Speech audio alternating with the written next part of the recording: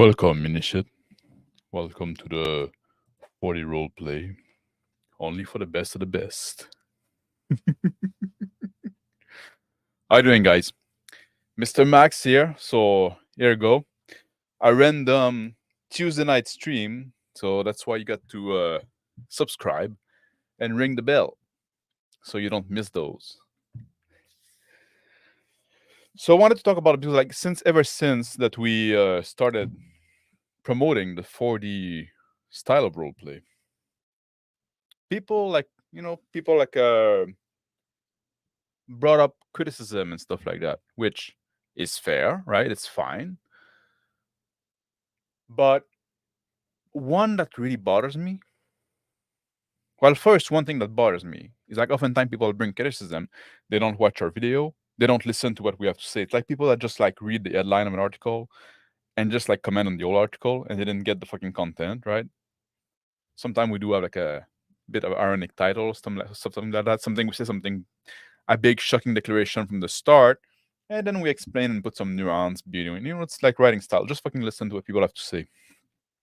But one criticism that annoyed me is the one of elitism, being accused of being elitist, right?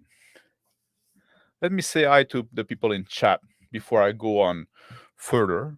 So Doodle Squatch, you say you guys should adjust your camera so you're always looking down your nose at the viewer. Yeah, that's we're gonna put like the angle like that and look. That'd be great. Yeah. Trying to finish the Same Old G podcast in time. By the way, yeah, I did a podcast with Same Old G earlier. I made a community post about it. So you can go watch it out. I did talk toward the end a bit about the elitism part, so there's gonna be some repeat here. But also you're gonna get Same Old G's take on that. And I'm gonna bring something different. And also we talked about a lot of stuff, so it's well worth a watch. Yeah. Playing Steamboat Willie for no good reason. Just because, why not? It's not a cult, what a scam. I was promised dark ritual and blood magic. I want the human sacrifice I was promised. Well, that's you need to get in the inner circle for that. Wait, no, never mind. There's a point of being made. Yeah, exactly. Yeah. Bunch of elitists treating people like kids, showing them cartoon and shit. Well, you know what? I understand the level of my audience, so no, got to do what you got to do, right? You got to keep the kid entertained. Hello, Squatch Ben Deadlift and Phil the Trail. You're welcome to join, by the way. And talking about joining, Tyler is gonna join me for this this conversation. And Tyler, man, it's been a while since we talked, no? It has been. You started. I was starting to get the wrong idea. You started streaming on the like few days I'm busy. Well, you know, I It's tried pretty to. elitist of you. Yeah, exactly. I tried to keep a clean circle, right? Yeah. No more hippies. No, I'm in my my suit today since we're very Oh yeah, elite you really here. like Yeah, yeah, yeah, to show like the, we need to class up our act a bit, right? Just like exactly. we wanna project an image of, like, people has to know that we're better than them. Exactly right. It's Probably shouldn't have let me on. Well, you're doing great, man. But actually, like, I'm glad to have both of you because you're gonna both illustrate 2 points that I'm gonna talk about a little later on, right? Or That it's really about facial hair exactly. Yes. and not Yes. elitism. Yeah, That's the secret. Yeah, that's now like now I'm losing. I used to be like at a level. I've been demoted for some reason. You're doing a great job. But the main point that the first point that I want to talk about, right, and which is why, like, I'm glad to have Tyler on, because Tyler, what are you, you're linguist or some shit like that? I have a minor you're- in linguistics. My major is in technical writing. That's gonna be good enough. That's gonna be good enough for us now. Yeah. It'd be better if you had a PhD like all the rest of us. Yeah, but, exactly. But From the School of Hard Knocks. Exactly. Yeah, this is my master. This is my PhD. But first of all, the first thing I want to say about, like, it's people call us elitist and talk about elitism. You keep using that word. I don't think you know what it means. They're using the fucking word wrong. The thing is, they don't explain what they mean by any of the words they use. It tends to be a lot of word salad, and you can't pin them down on anything because they'll refuse to elaborate. That's for the evil elitists that we are, we always invite people onto our streams. We always don't invite. go too far. That's that's the next point I want to make. Oh, okay. Sorry, I'm jumping the gun. I didn't Jumping the gun, man. But yeah, But- let's talk about the word yeah. elitism. What it mean? Like elitism, with there's this ism there at the end, right? Mhm. It's just not a word that mean nothing. Like what a fucking meaning. Elitism mean like it needed to be like it imply a structural system, like it's a class of people that are the elite, and it's a closed group, people that you cannot let in, right? There's like and they have like privilege and stuff like that. That's what elitism mean.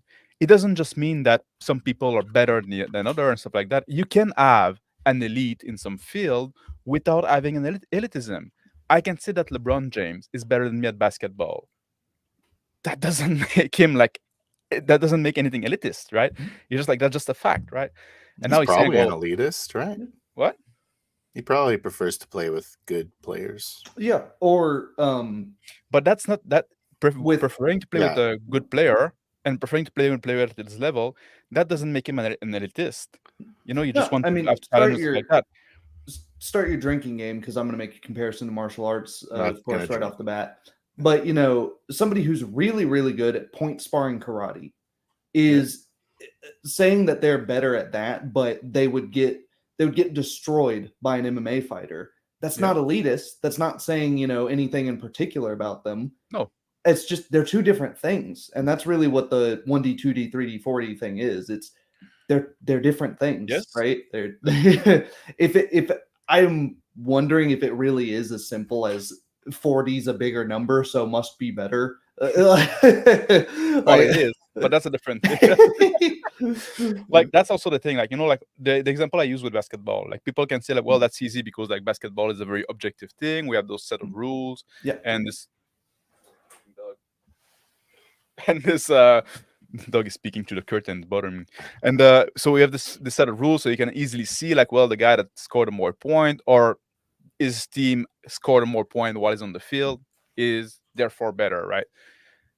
When we talk about role playing, we also have a specific criteria that we do explain, staying in character and stuff like that. So the player that's going to be better at doing that is going to be a better role player, like by those criteria that we define.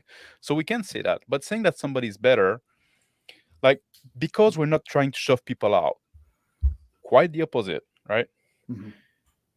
This make it so that we cannot be elitist. A system of elitism is a system of exclusion. Is like we are a protected class because of the way we're born, because we belong to those family, because we're part of a secret club that you cannot join.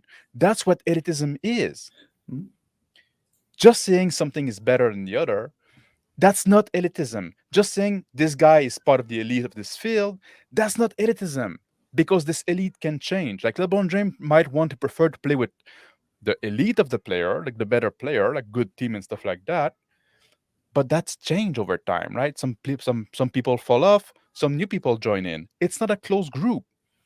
And even if you take something that is a little more like subjective, like something like art or music, like I can say jazz player or better musician than pop player or whatever, right? Just like, and that Yeah. can be debatable. Yeah. But I mean, But like, that also doesn't make it elitism. yeah.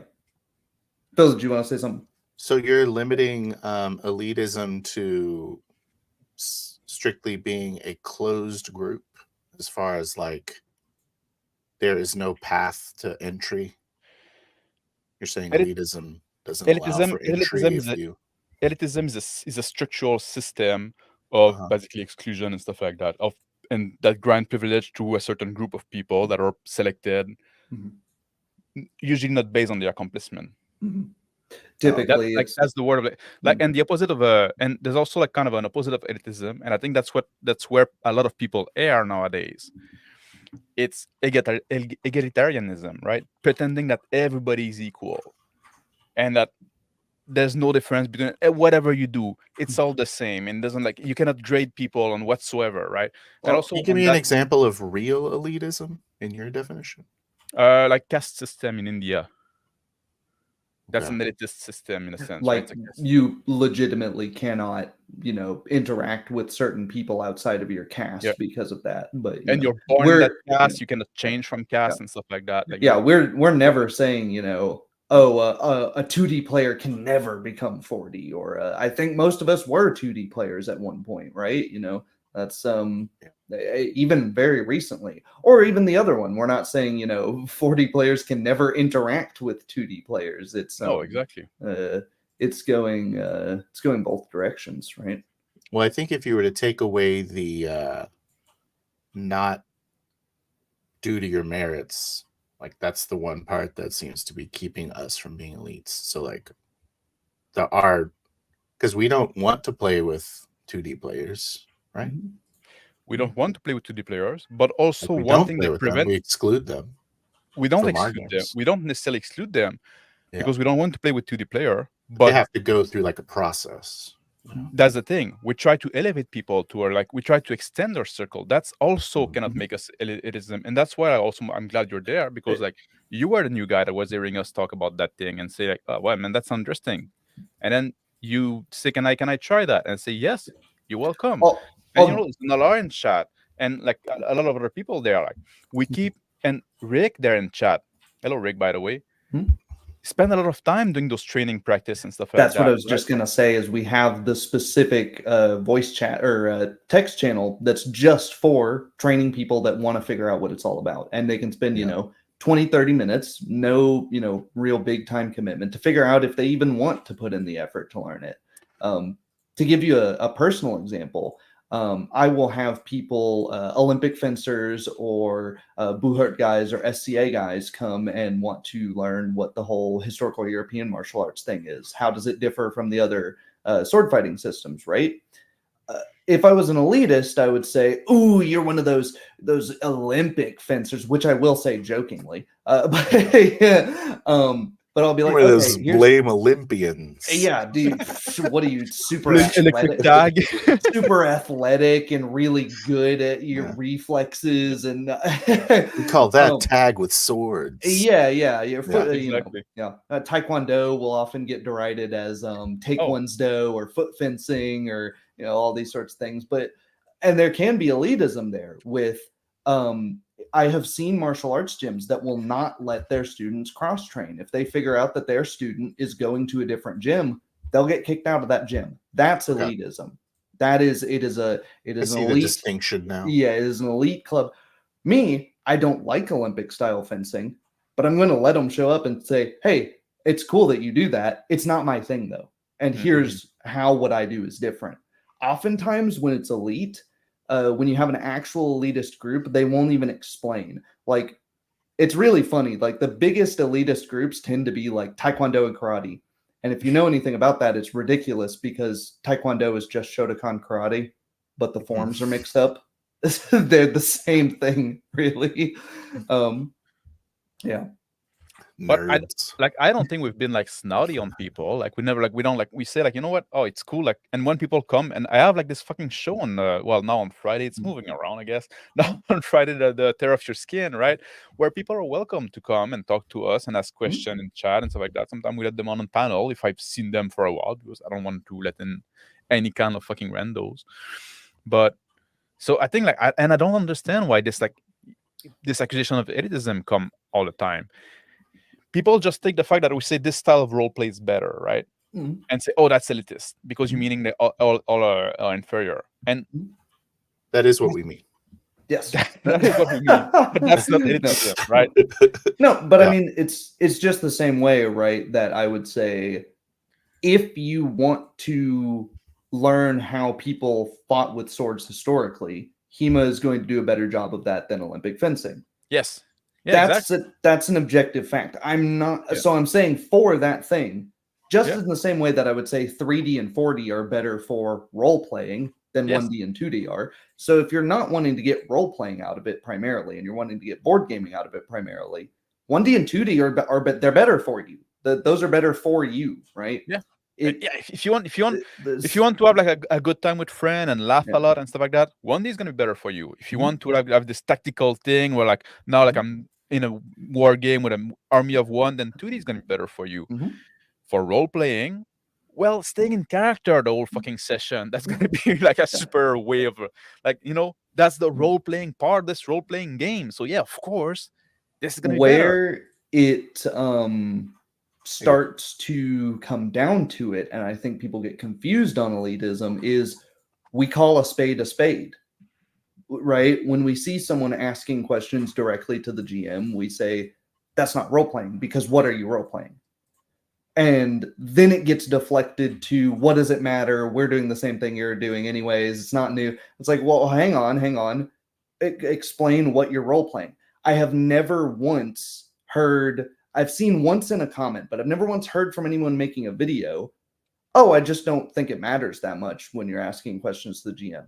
It always gets deflected. Yeah. And there wouldn't be an issue with it if we could just get on the same page as like, oh, yeah, I'm not really in that moment. I'm not role playing a character.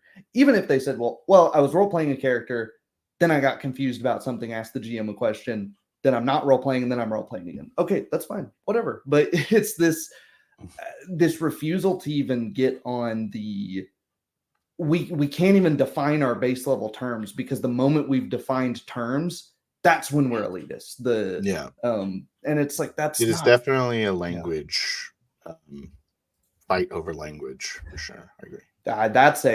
We could go into a big cultural rabbit hole about that. Oh, yeah. Because that's the fight of our time, really. It's fight of like the last 200 years. I mean, Derrida even was talking about this, hundreds of years ago almost. Yeah, we can. I'm not familiar with Derrida. Derrida and Diderot both. Yeah. Like French philosopher. Derrida. I wish I was smart like you guys. Derrida is basically he had these ideas that like a language is totally meaningless and labels are evil. And that really made like a. It got popular. Yeah, it got popular like in the last couple of fucking years. Those insane idea, like people not fucking use like I said, like it's like Humpty Dumpty language, right? Mm-hmm. Oh, when I use a word, it means exactly what I meant it to mean. Like that's not how fucking language works, man.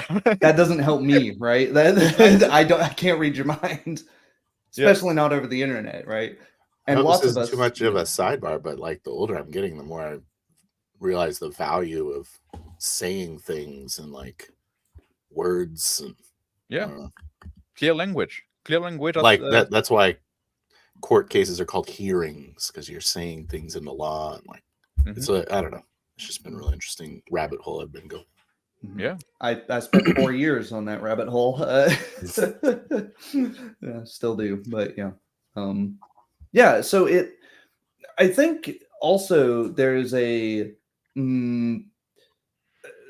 for the last like probably 20, 30 years, there's been a denigration of English and language in general as a science, as a like, oh, what are you going to do with that? That's useless. That's not learn to code, even though code is a language. It's a language-based thing. But and it's been really used as a kind of a way to backdoor in like terrible ideas. Yeah. Yes. Where it's like, don't people use language to think, like to form. You use language to form your thought. If you confuse language and you make like language meaningless, people can fucking think straight anymore. Like Can you highlight Nicholas's comment here? Words manifest reality, if that makes sense. Yes. There you go. Words manifest reality, if that makes sense. You're being a bad DM. You're repeating what I just did. You want me to highlight the comment? Yeah. That does. You should have said Tyler said. Yeah. Tyler, you can highlight comment on my channel. I can't. I'm not logged in right now, so you're not logged in right now. Yeah. So this does make sense. A couple of researchers researched this like 60, 70 years ago. This is called Sapir-Whorf hypothesis, which is that the languages that people think in changes the way they do things. Yep. It's based on there are some African languages that do not have a word for left and right, so they think of everything in terms of cardinal direction. They will always say something's to the west of that other object, even if it's like a pin on a desk. Even like if you That's so interesting. Some culture like don't have the same word, like color or social construct. Like some people don't have like some culture don't have like word. I think it's for the color blue.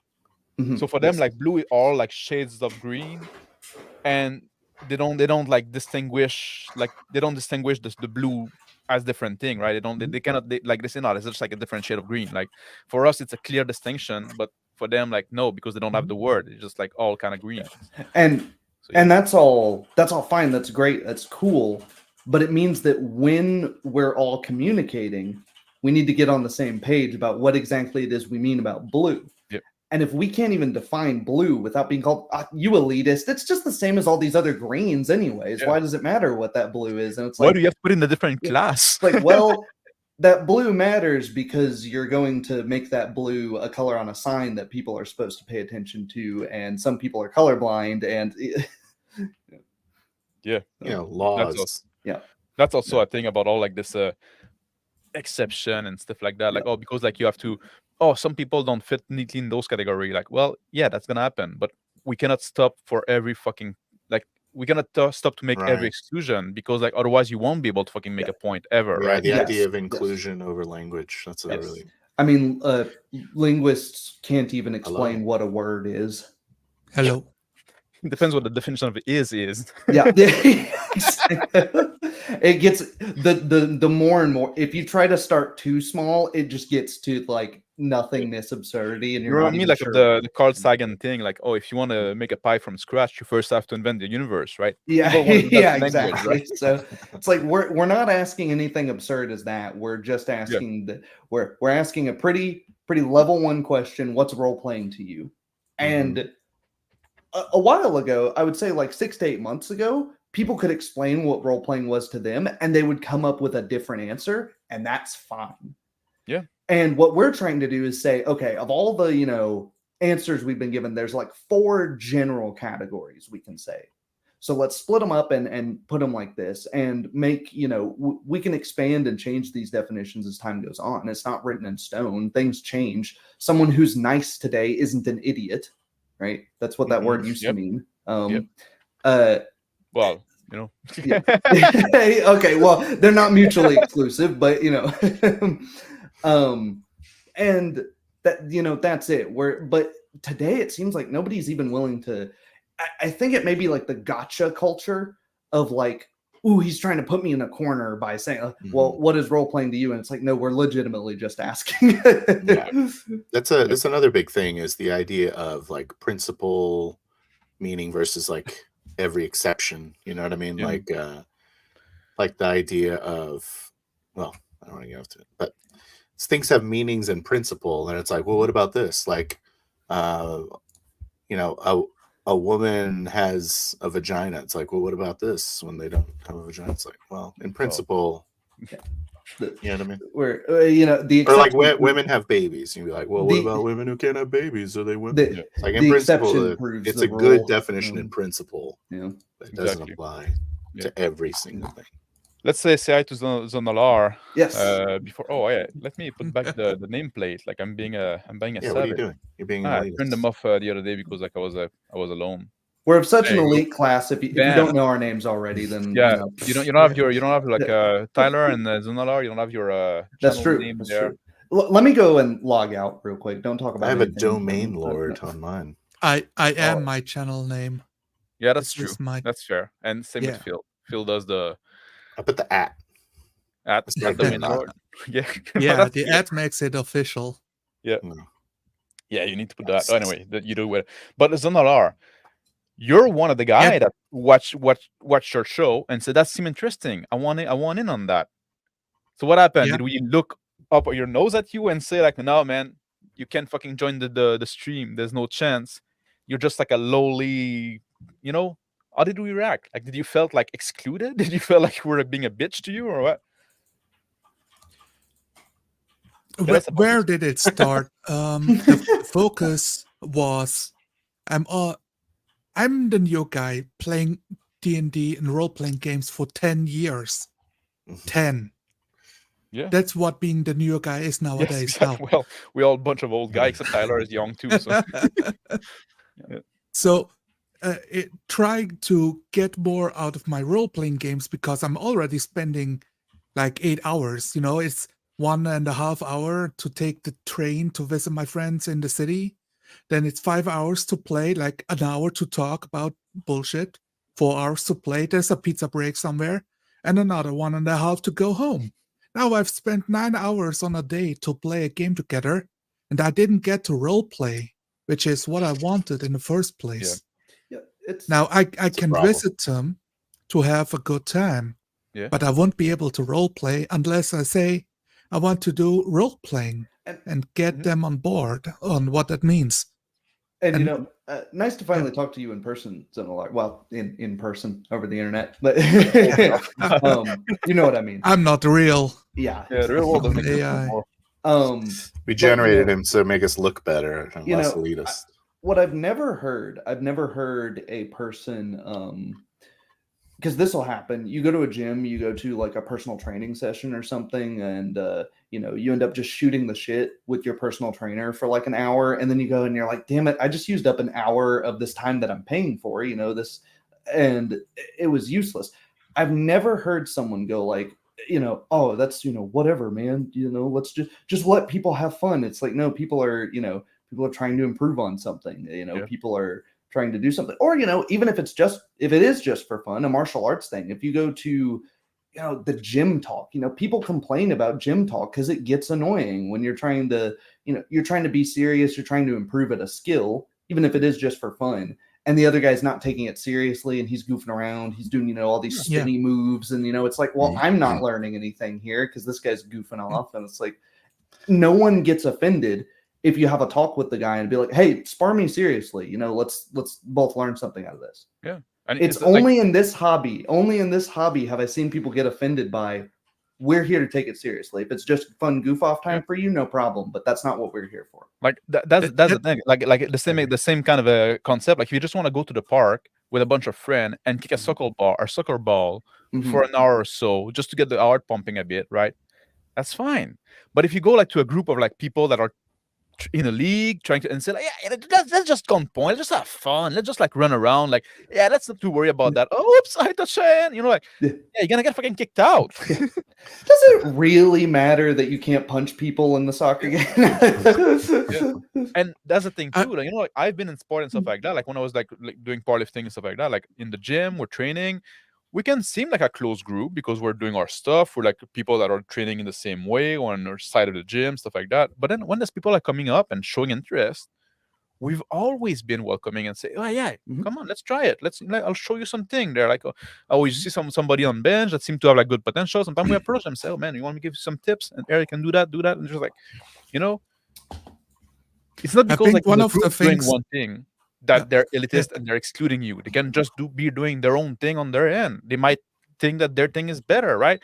You go see a fucking music show, right? There's a band on the stage. If you just go there with your fucking ukulele and try to, like, you know, you don't belong there.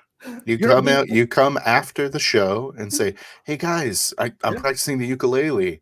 Can I maybe join your group? And be like, And then they say, we're kind of full. Let me see. see how good you are. It's like, you might want to practice a little bit before. But we can. When you go to you know, a grappling tournament, people will ask what your belt is. They won't check. You know, if you go to a Brazilian Jiu-Jitsu tournament, you can say you're a black belt. See how well that works out for you when you get thrown in with a bunch of black belts, right? But you know, it's kind of the same thing as the people saying, "Oh, we've been doing 4D forever," and it's like, okay, well then come on, let's see it. You know? And that's not like a gotcha thing. It's just pure, you know. That comment was directly First of all, at you. Ukulele is badass. Yeah, my favorite instruments. Zanaro, you wanted to say something? I kept cutting you. Sorry. Yes, sorry. Yeah, no, it's all right. I want to say a bunch of things. I have 2 points. One of them is eluding me right now. So one of the part that brings to misunderstandings of what is 4D, I feel like this group here has developed a lot of in-jokes and also like frustrations over the years of trying to seek for role players, right? And then we look how they role play, and we see all the stuff we are frustrated about in role playing games, and then we make in jokes about it, and then people check out, well, what is this 4D stuff, and the first thing they find, maybe not all the things they find, but the first thing they find is the in jokes, is the making fun about it, you know, as a coping mechanism, I believe. And so that's the part that gets off-putting. Do you mean like people that are criticizing it? Is that what you're... Yeah, the people who hear about 4D role-playing, so they look at a few content videos, they look at Rick's video, "What is 4D roleplay?" Okay, yeah. The half the video is big access. How Yeah. the role playing wrong, and that sends a clear signal of, oh, what I'm doing is bad. And that's what I hear What it instead of is. hearing this is yeah, of course. But instead of hearing this is why we want to teach 4D, they hear this is why your role playing is bad or like worse.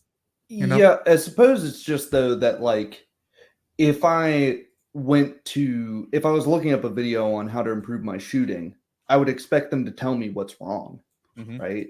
That's Yes. it's only in I guess I don't understand the kind of person who looks at that kind of video and isn't expecting to be told, what they're doing is wrong. Because whenever, I found one of Shauner's videos saying, here's X, Y, and Z problems, and he's, watching alongside a frankly terrible actual play thing, and people can agree with that, right?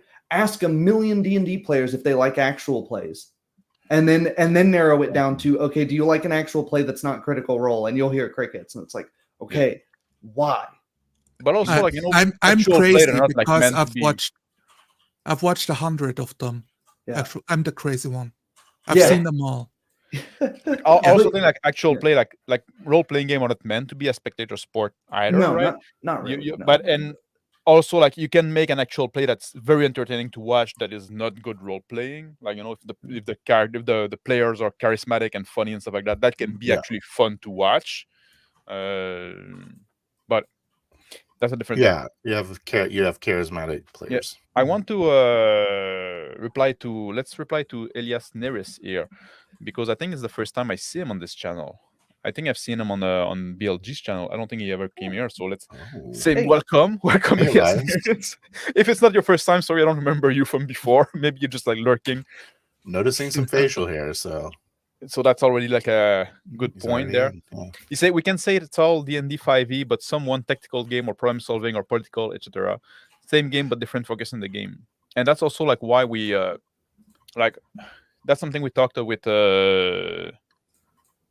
SimulG talked with Shauner and Rick actually when I was not there It's all. about on his podcast about the 3D or 4D wouldn't work well if you in some style, depending on what you're looking for. Like if that's what you want, your tactical and stuff like that, right? What we want, we've always been clear about that. What we want is role play, and we think that role playing game can do something that other hobby cannot do. You can get the tactical feel by playing war game, by playing board game and stuff like that. Some of them are better than role playing and at doing that. Yeah. But or by playing video game and stuff like that. But if we want the role playing, the spontaneous creation, that with the lot of creative freedom in a sense, having a 3D or 4D even game, that's where you're gonna get the most of it. Yeah, and to me, if you are doing the sort of tactical combat or beer and pretzels or just hanging with friends, that's akin to just shooting into the berm, not really caring about what you're hitting. Those guys aren't the ones looking for advice on how to improve, right? It's the guys that are target shooters that are like, hey, how can I improve? And they want to be told what's wrong, right? Yeah. If I go to actively to look at, let's say I go to, keep the analogy straight, I go to a shooting class and I'm not hitting anything, but the coach is just telling me, oh, no, that's great. That's just your style. I'm going to be mad. I'm going to be like, what did I spend my time and money on for? Dude, tell me I'm crap. Tell me what I'm looking for. Or I just wouldn't seek it out if I wasn't ready to hear what I'm doing wrong. So I don't know what the appeal is in seeking out. That's interesting. Yeah, and you're right. Sorry, you're right on that as well. Like like we do channel where we get advice and stuff like that. If you don't want any advice, why are you watching? At some point, at some point, you should get the feel. Like that's kind of what we're doing. Like we're promoting something and we're pushing a specific style, and we're trying to figure out how to do the style better, right? If that makes you upset, like because like what it's saying, like scrap it. There's fucking thousands of channels on YouTube that are gonna tell you other stuff like how to be a better GM, bring drink to the table, right? It's like stuff like that. Like make sure your guests have like a player of comfortable chair. You know, if that's what you want, there's like plenty of places to tell you that. Yeah. Sorry, you want to say something? Yeah, it's like just like you said, it's like a difference in approach to the content. So like the people that seem to get upset the most are it seems like they're designed on developing communities of people that just want to talk about nerdy shit and have a good time. Yeah. And that's awesome. Whereas we are developing a community that's trying to focus on like a skill and developing a something. So I admit, like, it seems Blicker is different right. because we say things are right, see things are wrong, Yeah. whereas they have the exact opposite approach of saying I don't want to come everyone's back to that as welcome here, come on over. I want to come back to that as well. Like, I just want to reply to that because, like, before we go further on that, OCC, like, Blicker is right. It's out of character. When we say out of character talk, is like when you talk about mechanics, when you do mother may I questions. So you're just like, you know, the question, like, oh, is the door locked? You know, that's the player asking a question to the GM, which is it's something. How we frown many upon. enemies can I hit with my fireball? Yeah, exactly. Those kind of stuff. Like Describing the world is still in character, even if you're a player. Yeah. So just you have to keep your talk about what's going on in the world as opposed to and describing it from the perspective of being in the world. Yeah. So that's what we're talking about. But like what Phil was saying about like, oh, there's a plenty of channel, like, oh, whatever you want to do is fine and stuff like that. That's also something I want to talk about. Like, because like, of course, and it goes with what Tyler or which Zonara was saying, like, yeah, we make jokes and stuff like that. And we all have like kind of like this, maybe we all have a bit of it like a bit of an acidic personality. All the people here on our side.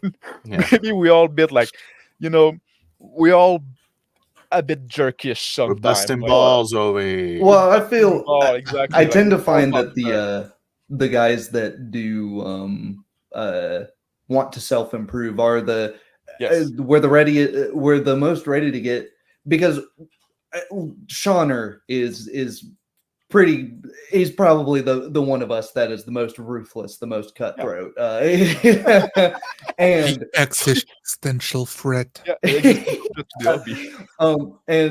But when I heard him talking about stuff I did in my games, I was like, do I do that? Yeah. Or is that bad? Really? Yeah. He's some random guy on the internet. As he says himself, I'm just some guy. Why are you taking it that seriously? You know, it's and the difference between the he has been invited already. The difference between Shauner's acidity and a lot of the naysayers is that he will film a 72-hour video, pausing frame by frame, dismantling every little piece. He will look like he's the guy you want to take your car to get detailed, because like he will find every speck of dust and dismantle it. The difference between the opposite side is they don't watch the videos.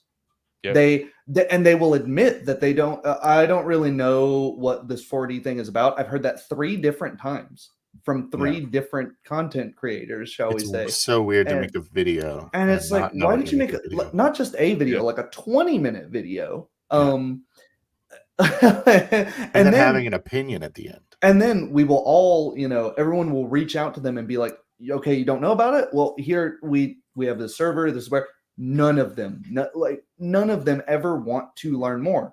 I just will never understand the mindset of admitting that you're ignorant of something and then also not wanting to solve that problem. Yeah. That's the thing is willful ignorance of, I'm just dancing because I like dancing. I don't want to become a professional dancer. But I will hear that you are talking about professional dancing. I will give my 2 cents on it, and then I will refute that. Why are you not just doing it for fun? This is a waste of time. And why are you critiquing my free flow dancing I'm doing over here? And I think that's where the wires are getting crossed all the time. It's like trying to achieve a higher skilled way of doing something can also be fun. Yeah. And that's why I seek it out, because I've done a bunch of easy stuff already. I want to do roleplay now. The easy stuff is easy, right? So you get through it fast, Yeah. right? That's Yeah. Yeah. I've done it. So let's do the next thing. and Ironically, it's slow. Ian Bogost, who's a writer, game designer, he has a really good few books on game design that tackle the idea of fun, and he's like, fun's a bad word, really, because as far as defining our terms, fun is a terrible word to try and define. It's a really old word, for one, and really old words are generally really difficult to define in their modern incarnation. Define it for the folks at home, Tyler. Yeah, it's tricky. It could Cookie be clicker is fun. if you did it as something, an activity you do which brings you joy, but that's a whole can of worms that description opens, right? You could say an activity you do explicitly for the purposes of bringing you joy, mirth, etc.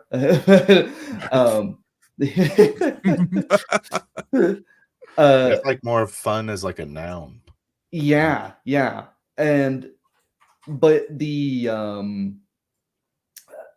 what he starts to tackle it as is he starts to look at games like Dark Souls, and he's like, well, Dark Souls doesn't fit a lot of descriptions of fun because they're difficult. You have to ram your head into sections of those games, right? That's the kind of game I like. I like fucking getting my art, because then when you succeed, then it's fucking rewarding, right? And that's but, where it's fun.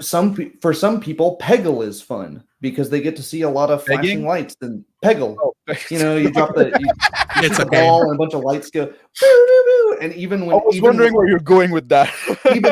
even when you're fucking up, it still shows up a bunch of big numbers and bright stuff, and for some people, pegging is fun as well. So yeah, I suppose so. Whatever floats your boat. But it's you fucking derailed me now, Max. Sorry. But I wanted to say, like earlier, what I wanted to say is like we have the flaws. I want to say like the word ball buster, like Phil said, like we have the flaw of our quality, right? And that's the thing, right? We're all people that can take criticism, are looking forward to criticism because we want to improve ourselves, and because of that we can also dish out criticism. It goes together, right? It's just like we often like tend to project our own way of thinking on other. We're people that want to improve ourselves, so we assume that other people want to improve themselves as well. It's a mistake.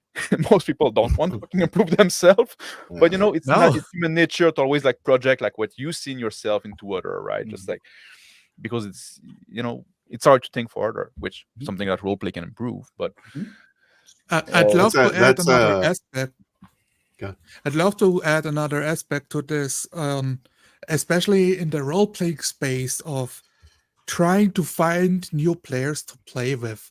Every time you seek out new people or the old ones stop playing, you have to go through a whole process of how do I even advertise? Have I played for 10 years, for 12 years? How many campaigns did I run? All of that is meaningless because it does not describe what you want out of the game. You have to talk with the player, like invite him to like a 30-minute session, just talk with him a bit. Like it's literally a vibe check sometimes. Yeah, you just see what do they want out of the game. Before we come up with this classification of like those 4 dimension of role play classification, that's something I was talking a lot about. Like, I remember like at some point Dice Tale was on the stream with me, and we're talking about taxonomy of role playing game, and like I'm saying like, it's like some people like with some people, we're not engaged in the same hobby.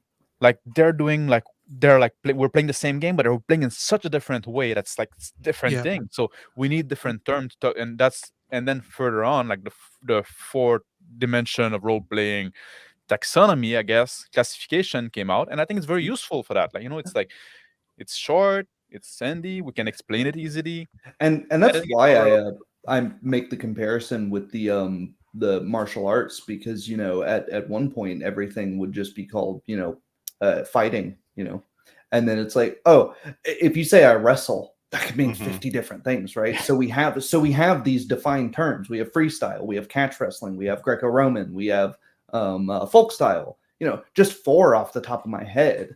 And that's other hobbies have come to the conclusion that's all it is. And 2 wrestlers can look at each other and be like, oh, you do Greco-Roman, I do judo, that's cool. and then they move on with their lives. Right? That's it. And then they say, "Bitch." Yeah, yeah, and it might be as you know, if you've done a martial Sort art of, and you have yeah. friends in other martial arts, you rib each other about it. But Yeah, that's that's all part of it. It's all it's all part of it. And then the truth inevitably comes out when those two people spar each other. And every martial artist points and laughs at the guy who's never stepped foot in a gym, but goes, "I could beat these guys." It's like, okay. And what we do in the 4D 3D crowd is we hand everyone, all challengers are given a pair of gloves, and they go, "All right, show us." Mhm. They're always the guys that don't want to step in the ring. Please beat us and play games with us. Yes. Tyler, make sure start comment in the chat if you see some, like I try to pay attention, but like it's going pretty fast and there's good conversation going on. So if you can help me with that. For some reason, I still can't, and I'm not sure why. You still can. No. You're still a chair. As you might ask me directly, like, do you have principle list for the guideline, I guess, of your concept of 4D gaming? Yes, I'm one that like lists. Principles list. Yes, we have the manifesto. We have the manifest, and we have like the lexicon. I don't know if Rick can hook you up with that. Rick got this. Is it time to revisit it, Rick? Do you still like it? It's probably good. It's probably still fine. But basically, what we say, like the 1D gaming is a lot of like it's people there to play for fun. They don't really care about the game. The game is just like it's just like an excuse to get together and stuff like that. Yeah, it's a social activity. Yeah, social activity. 2D gaming, and earlier, like I think it was Elias was saying, like Critical Role is the top notch of 2D gaming, right? And I agree with that. Like, it's as good as you can get 2D gaming, maybe, but it's still 2D gaming, right? Just like, I don't know. I think 2D is a pretty wide category because the motivation isn't role playing, so you have to like pick your motivation. Yeah, and then that's true. Some people, like, hey, I want a big tactical game. Hey, I want a big domain game. Or hey, I want a big. Some people would say like I feel like 2D gaming is having the best build and the most being the best tactical fighter and stuff like that. But like, depends what you want.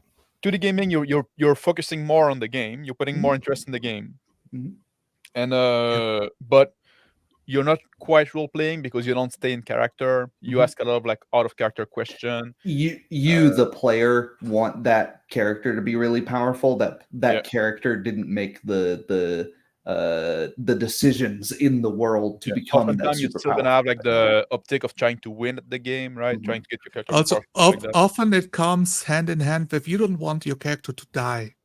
Yes. Because you want him to get stronger. If he dies, and you have to start over again. Or like and it's in your mind. I think here's something that we could do better at, because there's a line that isn't often talked about, which is my character doesn't want to die. Yeah. Versus I don't want my character to die. Those are two distinct. Those are two important things. Do like noble sacrifice, and that's fine. Like if your character is fighting for a cause, some cause or worth dying for, that's fine if you're your character. Exactly. Yep. Then we get to 3D. 3D, you're gonna try to stay as much as possible in character, like all the time in character. You don't ask questions to the GM. If you want to know something about the world, you have your character interact with the world, right? Like I was using the example of the door lock earlier. You don't ask the GM, is the door locked? You say, I go check if the door is locked. I being your character, right? In that case, I go check if the door is locked. So that'd be like 3D gaming. We try to minimize mechanical talk and stuff like that. And 4D gaming, the jump between 3D gaming and like 3D gaming, you're role playing, and that's a great level. The jump between 3D gaming and 4D gaming, people think it's the biggest jump. It's actually the smallest jump. I think the biggest jump is between 2D and 3D.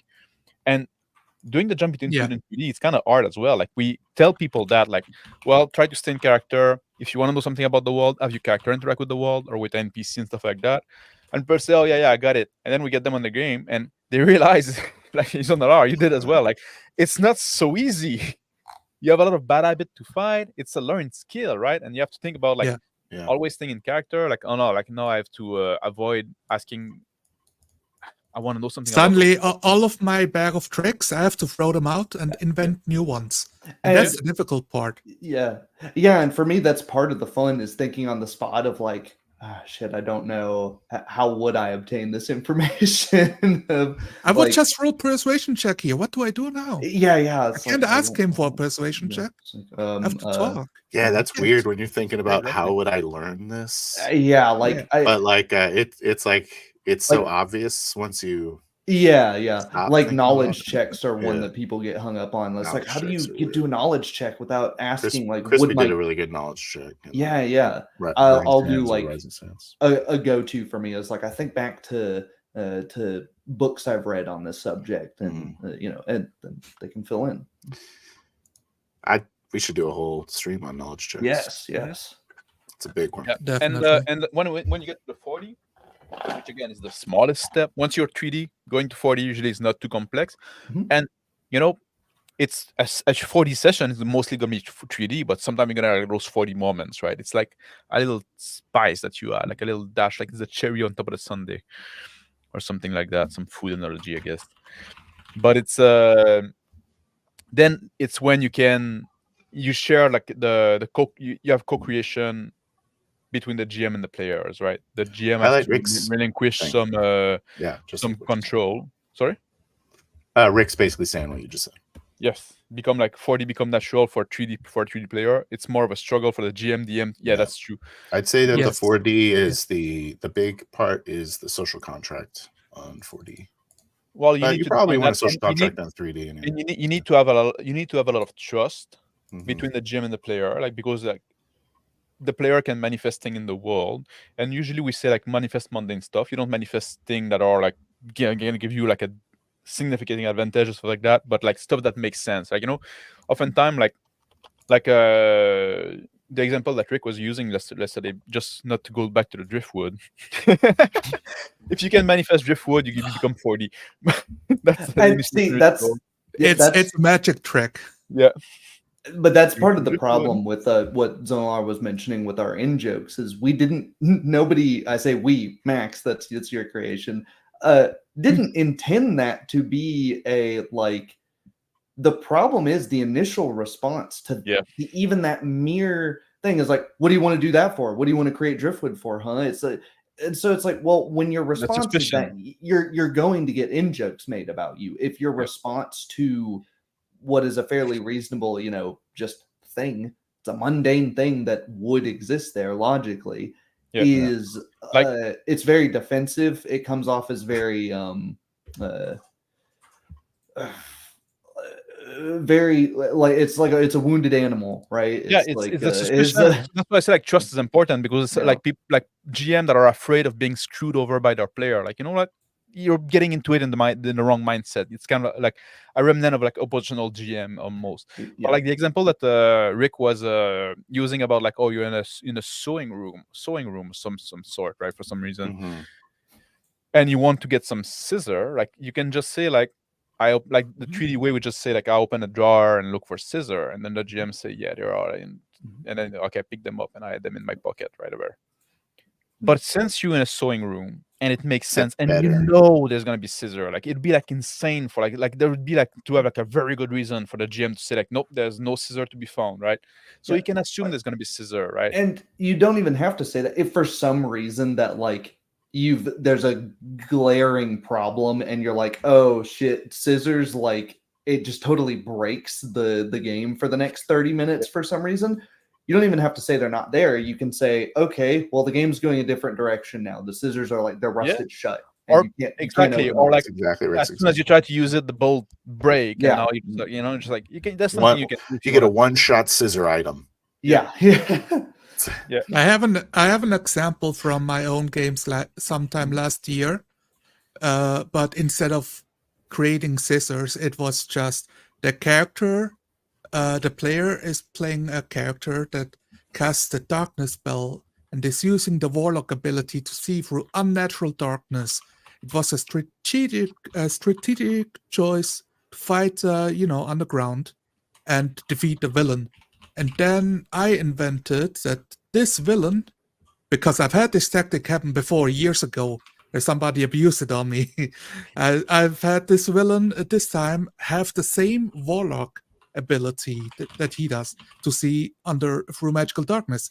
But for him, it felt like I'm Yeah. just throwing shit at him. Like I'm ruining the cool moment for his character because he's using it for the first time. He's finally get to do the thing his character is good at, and I did what's it called? I invented the reason that it's not working. Yeah, we went from the pegging to the scissoring. Yeah, exactly, and the wood. Wow, wow. I think that's But a positive change. you think Yeah. so? Well, you know. I'm pro this trajectory. Less painful. But What were we talking Right. about? all right, let's get back. Like, I Little wanna R talk had about- some sort of warlock versus warlock situation. yeah, warlock Yeah, versus yeah. warlock situation. Like those, like Hmm. this also like in the I'm trying to win stuff like that. You know, like those Mm. kind of be tricky stuff. Yeah, and also, I'm like, trying to like dethrone his idea as a dungeon master Right. because it looked like is this too easy? So I'm trying to make it harder, but I'm just invalidating his idea. Yeah. You got to, that's funny. give the characters a win. Yeah, Awesome. yeah. It can. There's the. I think when some people hear the like, oh, you're you're trying to win the game, you're trying to keep your character from dying. I think some people say that as a means of like, my job as the GM is to kill your character, so stop, do not resist. Yeah.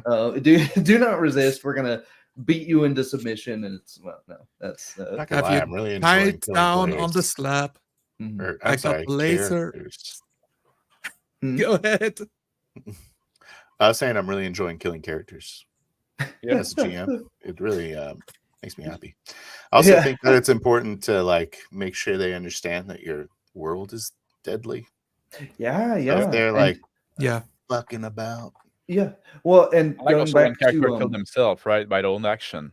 You know? yeah, yeah. I do that. And going back regularly. to Dark Souls is a great example of a show don't tell.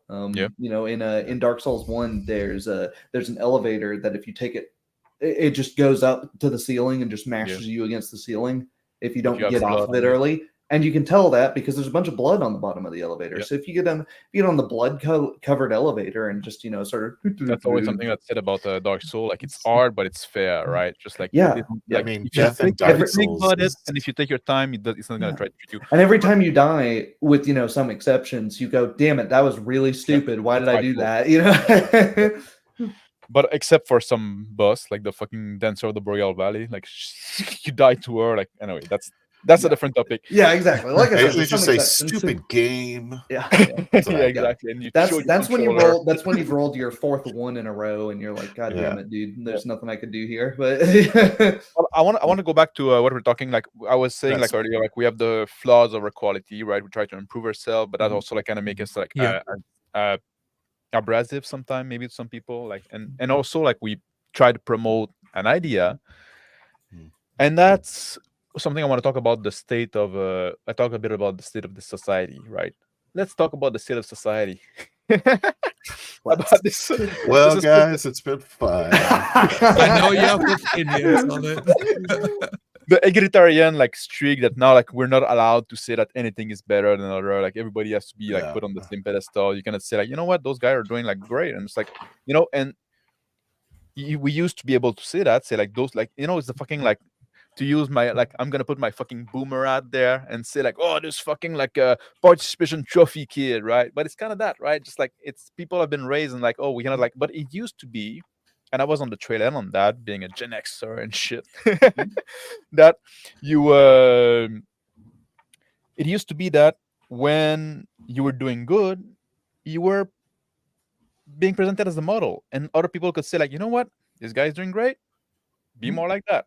Like we used to celebrate excellence, and we used to try to inspire people by excellence, but And- now we cannot do that anymore. And I think some people will say like, "Oh, that's a non sequitur because what we're doing is not really, something concrete, something." And I will counter that by saying, at the library I work at, very frequently, we have children's art contests, and you get first, second, and third place for children's artwork. So I guess if you're making the comparison that the hobby that you spend, years and years and hours doing is less valuable and less of an art form than a third grader's, art project, that can be something you say, but I don't think you would. I don't think you would be happy to say those words, right? There is some objectivity in the subjective, right? Yes. Even if I can look at some very gauche, Baroque art styles and go, wow, that is not my thing, but it clearly took a lot of effort. It clearly took a lot. I can look at someone's 2D game where they've done crazy amounts of prep work and done, they've got whole cast systems and an incredibly detailed world that they made from scratch and go, wow, that is very impressive. It's not my thing, but it's very impressive, right? I can likewise look at somebody who is in a stream where they're 2 inches away from their microphone. They bought it from the Dollar Tree. They say one thing every 45 minutes and it's not in character and go, yeah, you're not winning, first, second, or third prize in the art contest. If that's, and I feel like that's a fair thing to say. I feel like that's not insane. Right? Yeah, and I felt like again, the music comparison, I think is up there, because even sometimes you can say well, this is I say I'm a big jazz guy, right? So that's not a secret. But I say a jazz musician are better than whatever other style of musician. Then sometimes it can be debated, jazz musicians are better than metal musician. Well, some metal musicians are fucking virtuoso, right? They're very good, or classical musicians, stuff like that. And then we can debate about that. We can say no, I think those musicians are better for this reason, right? And I guess I think jazz musicians are better because I value this aspect of music, right? And that's all right. We can both be right, because this is where the subjectivity comes in, right? But if I say a jazz musician is better than the guy that just picked up a guitar last week, then that's subjective, right? Yeah, and it's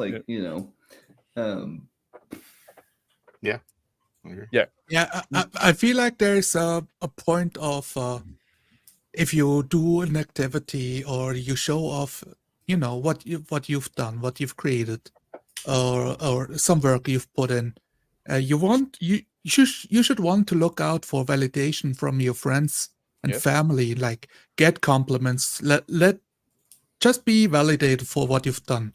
But if you want to improve in it, you need critics and you need the peers in the field that you can turn to and say, hey, look, this is a role-playing thing I've tried. Can you have a look on this? I would like to improve on these two aspects. And then you can get the feedback that you want. And it's important to have those two spaces, have them reasonably delineated so people don't stop confusing the two. Yeah. And going from the state of society in general, which I think we solved there, we can all agree on that. We figured out society. Figured out society. Now, we can all move on collectively. And move on to the more difficult task of role playing. So we can focus on the much more serious task of role playing. No, but finally, we can role play. Yes. We live in our post-scarcity society, and all there is to do is sit in our chairs and role play all day. Now, I want to talk about the state of YouTube and RPG YouTube, right? Can I add one thing to why I think this might be? Yeah, why not? No. Oh, okay. Go ahead. If you are really, really good at hourly work, what do you get rewarded by? Wage? More work. More work? Oh, yeah, that's true. Yeah. If you do an 8-hour shift in 6 hours, congratulations. You got to work 10 hours for 8 hours pay, because they're going to find something. Yeah. I think that's sort of subconsciously pervading everything. Is why would I try more? They're just going to expect more of me. Yeah, and I'm not going to get rewarded for it. Say in French, it'd be prends ça à l'heure, pas à cœur, which means take it by the hour, not by the art, right? Yeah. I make boss makes $1, I make a dime. That's why I shit on company time, as we say here in the South. But yeah, I think that's I think there's some deeply broken things about people's day-to-day lives that But humans are also naturally lazy, right? Just biologically, you want to take the shortest, easiest route to something. If Conserve energy. You might Yeah, need exactly. it. yeah, exactly. If golf was, competitive golf, if the only rule was get the ball into the hole, nobody would use clubs. What the hell? What are you using a club for, you idiot? You just walk over and pick it up and put it in there. It's a t-shirt gun. Yeah, With yeah. golf players. Get a drone, fly it over there. Why are you even walking? Yeah. Yeah. So it's like a combination of the working at least hourly. It rewards you to be lazy. Biology rewards you for being lazy, at least to some extent. So Yep. it ends with What? people being lazy in their hobbies and they're not even really thinking about it. And that's too, like in school and stuff like that, people have been rewarded by being lazy because like, well, everybody got the same fucking thing anyway, right? Just like Yeah, no yeah. kid left behind. So why Oh would my- I like try to push myself? don't No don't- more valedictorian in school nowadays, right? Just like, so why bother? Well, we have valedictorians, but again, they're kind of Our rewarded school with are more. getting rid of them. But they're kind of rewarded with more work even still when they have them, because now it's like, ooh, okay, now you're going to be pressured into getting into a really nice college, and maybe I asked you don't- God not to give me Yeah. less challenge, but broader shoulder to Yeah. not a lighter Or cross, on the but stronger shoulder. yeah. yeah, or on the company level, you get to a higher and higher position until you've reached a job Yeah. where you are not qualified for. Yeah, exactly. That's you're also either not the- qualified for it, or the most qualified machinists are now managers, and Yes, they're not making the parts. They're not doing what they're specialized in doing anymore. So But they you've have to got- become manager if they want the bigger pay. Well, anyway, that's yeah. So it's, but I want to talk about like the state of YouTube and RPG YouTube, right? People want to fucking grow their channel, so they try to be kind to everybody, and in that, like, you have to have those fucking milk toast opinion that you're gonna put like nobody like you're gonna upset nobody. So yeah, it's all good and stuff like that. And, like, Mayonnaise is my favorite spice. exactly, just like you have like, and Yeah. I think that's the thing. Like I don't really care about that. I'm not here I'm here to promote something. I'm not here to grow the biggest channel possible, right? I'm here to make the content that I couldn't find anymore. I was fucking bored of YouTube because you try to listen to some. It's always the same fucking like, 10 trips to do this, and it's all the fucking like same shit that has been repeated again and again and again for fucking 40 years, and it doesn't work, and doesn't like, or it doesn't work for me, or it's like it doesn't like provide more role play, or but they're safe. And it's listicle, so people like clicking on those, I guess. And half of them are, empty platitudes anyways. They aren't really saying anything, right? They're I mean, it's the sort of thing where it kind of reads of communications majors out of a job after COVID, I guess, maybe. And now because it's like, I can only imagine that someone who didn't make a living would be trying to put that much effort into it, right? Into just growing a channel with the search engine optimization. And for me personally, I've done search engine optimization stuff for work and for a living. So God, why the hell would I want to do that for, I work two jobs. I fucking hate that. That's why like you don't see a lot of edited video from me and stuff like that. And I don't do like, because like I'm here, I give it to you raw, like a good Catholic boy should. Nice. And I don't know. That's why it's tear off your skin. What? It's okay. Raw and often. Yeah, but it's and like you were saying, Max, it's like everyone says the exact same thing. Yep. So it's like people just go around all these channels and they hear the same thing over and over again. So it's like this weird need for confirmation. And people having bias confirmed. Like they come here and people get upset. Like, they come here and they tell them like something like, no, you're wrong about that, and say, oh, there you? All those are fucking 10 guys told me I was right, and like fucking confirmed my bias for 20 years, right? Yeah. And now you're coming and say wrong. I say, yeah, because I don't care. I mean, I don't care about what is that the definition of indoctrination at this point? You walk in, you see 20 different channels. They all say the same thing. Yeah. The same thing happening with news networks. Let's agree to the news and then repeat it on all of our different channels. I think it can be that nefarious, but it can also be just, stupidity as like and not that Yeah. these people are stupid, but just like a stupid trait of humanity that we have, which is we do two things. We do the, well, that's the way my dad did it. Well, that's the way my grandpa did it. Well, that's the way. For an example, again, going back to shooting, It's tradition. the modern Weaver stance where you shoot both arms. Here, I've got a handgun right here, unloaded. You're showing gun on my stream. You're gonna fucking get me kicked out. We're like an hour and 17 minutes in. No bots are looking at this, but the modern Weaver stance with shoulders in front, pointed out like this, that's about 50 years old. Since pistols were invented, everyone knew that no, you stand sideways and you hold out with a single arm outstretched, which is why they shoot like that in the Olympics.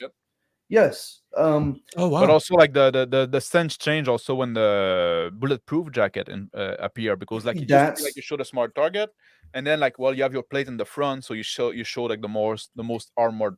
That's part of it, but also that shooting style was developed by an anomalous guy who was really, really good at shooting that way. And so they just taught everybody to shoot that way.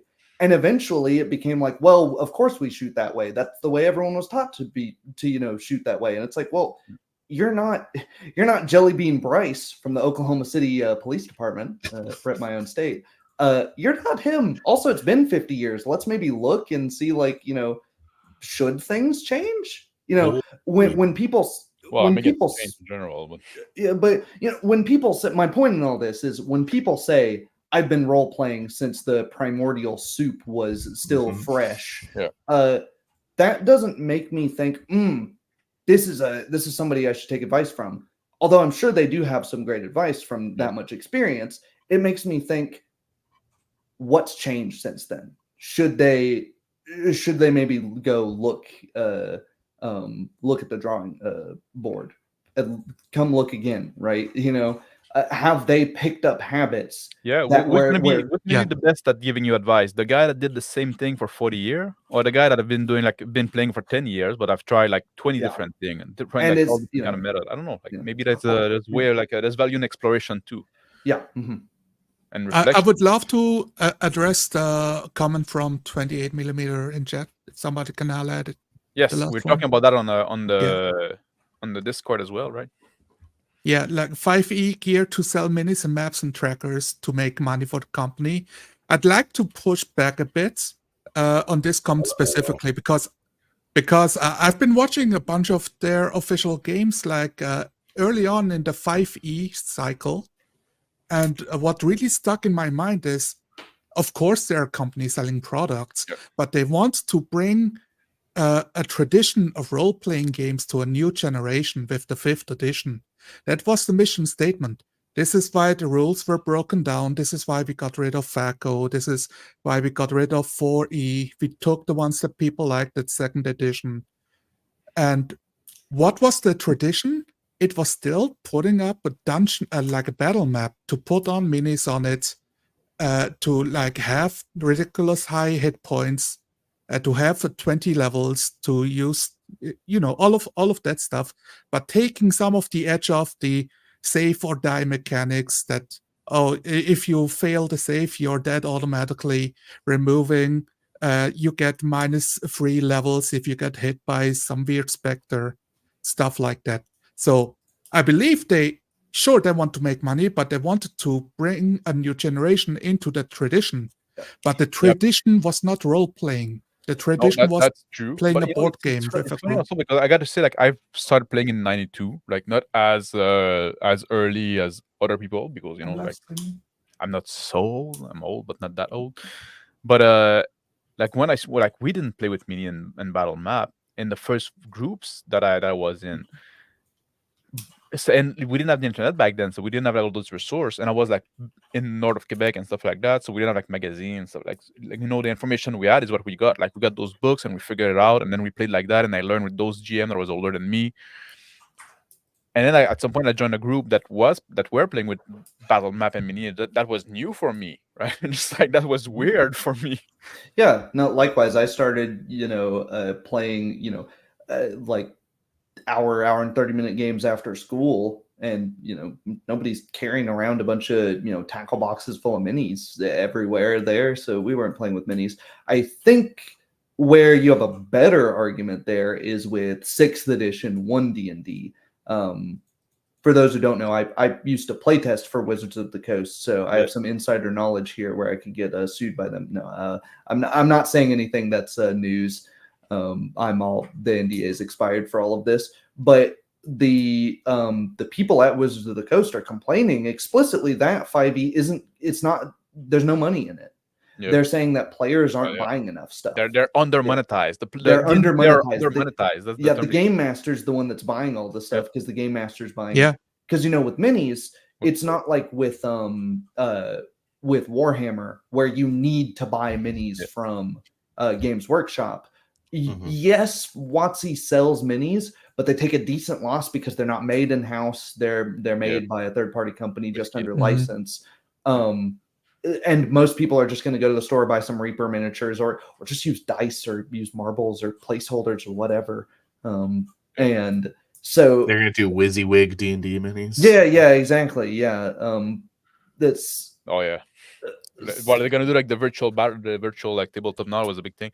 Yeah, Back in the 70s, my group did original D&D and we role played it, and that's the thing. Like I was saying, like back in the days, because we didn't have the internet and stuff like that, it was much more insular, right? Just like your group and your little community of player did the thing one way, and then at some point, like there was some cross talk with another group, and just like, oh man, you're doing this. That's weird. Just like we didn't know what we couldn't watch other people play. Yeah, exactly. Never used minis before. Really? Yeah, there you go. I play a lot of World of Darkness. I don't play D&D like barely at all.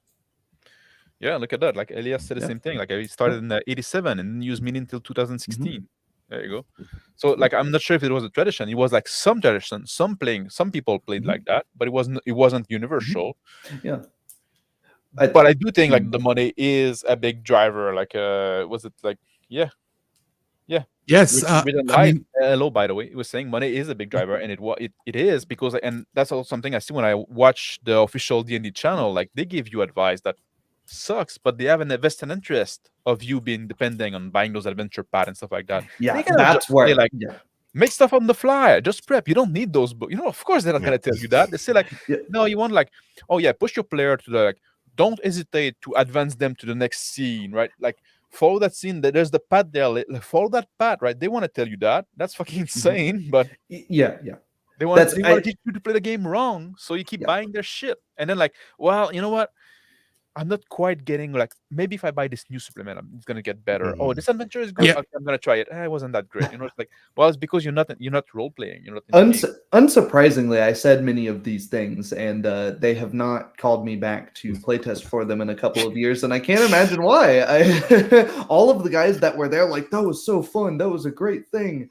And then look at how their stuff is selling now because they've only listened to, Boeing. Again, back to the societal things. Boeing fired all the bullies, which were all of the engineers saying, hey, a door needs bolts and stuff, I think. Dude, stop it. Stop it with this elitist bolt. Work in the video game industry. You're invalidating our other workers. Maybe your door needs bolts, but my door is just fine without them. I used to work in the video game industry, and I've worked there long enough that I've seen the shift between like when it was like a meritocracy that you were to get hired on portfolio and stuff like that, and at some point like, well, you know what, maybe we need to, well, the fucking production floor is like all white men almost, like, we need to address that. There's some systemic inequality in there, and then like, well, now look at video games today. There's a link for that, right? There's a link to that. Yeah. I've Death Arc. I feel like there's also parallel to draw between WWII and Hollywood, where we see Hollywood keep repeating, creating the same movies again and again. The new Jurassic Park, the next Marvel movie, instead of trying to create something new because they want to know that they can make a profit, So let's not try out new things. What I really wanted from WWII is give me more setting books. Give me a whole book about Cormier and the Dale lands. Give me like what's out in the East. Like there's a whole like Make it up. sea You of don't need stars that. in the middle of it. But I love setting books. I love Yeah. using them, and I Yeah, love Because you're a saying, nerd. That's You're the- I a want to freaking nerd. run. Yeah, yes. I want to run in this world, and I don't want to rely on your fucking stupid fan-made Wikipedia. It's shit, man. fucking infuriating, But dude. It's like but they, yes, but they really, really want to release. What do they release?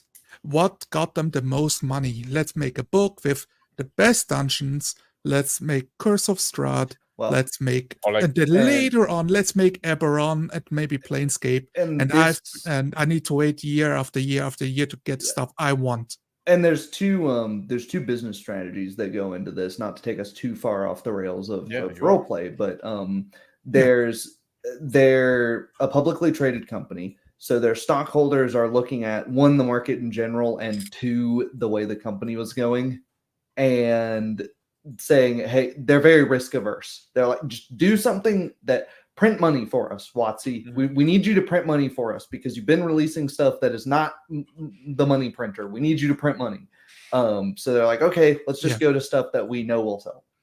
And their second strategy was, well, Magic the Gathering players are in game shops. Game shops sell our books. So what if we made some settings based on the Magic the Gathering settings? We don't have to license it. We own both licenses. So let's get some crossover there. I'm not sure how successful that is because the only people I know that played in, Ravnica and the other one, I don't remember, the Magic School. Strixhaven, yes. Yeah, Strixhaven. The only ones I know who played both of those already played both. So I don't know if they expanded their market that much. Also, they're killing all of their game stores with their absurd pricing and stuff like that. Yeah, also like, well, the way they manage Magic is not great either, but like, it's a whole different topic. Their online game is cannibalizing their physical game, which is weird. Yeah. But yeah.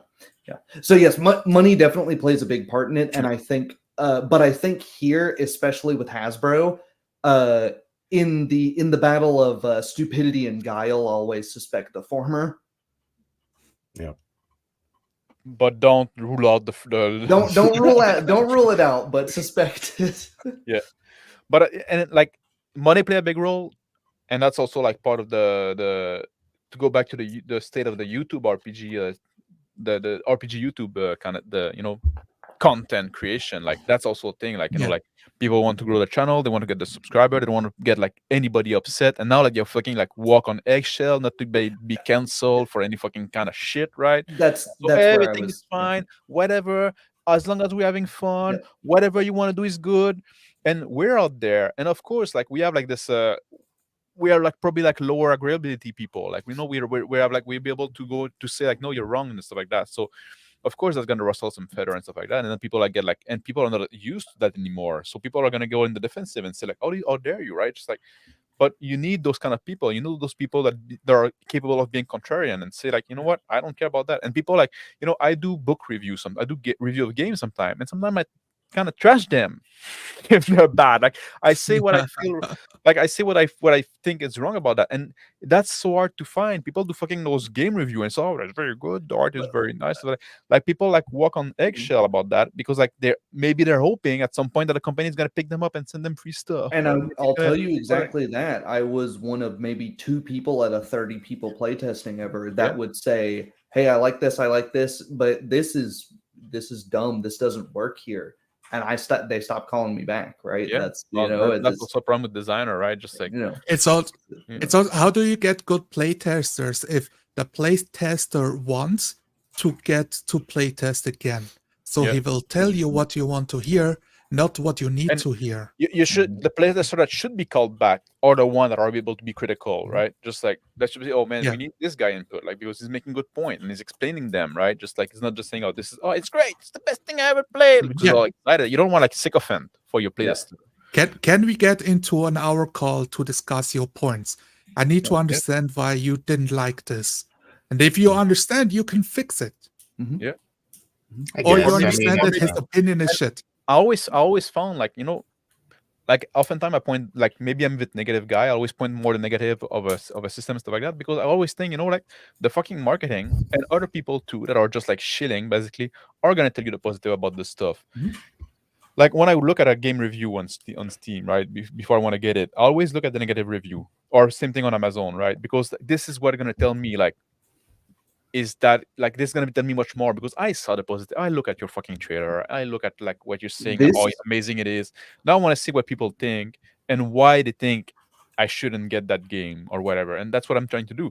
And then I can decide, like I say, like, oh, this game is not good because of this. And I say, oh, that's not something that bothers me, right? Mhm. That's much easier to do. I can decide if you point the negative out, then I can decide is that something that I care about, right? You say like, oh, this game is not good because you cannot play cat folks, right? Or you can't play cat boy. I That's don't care about huge. that, right? Just like, Don't what? pretend like you don't care about that. I can make it up. It's a hypothetical, it's a I'm trying to keep my name.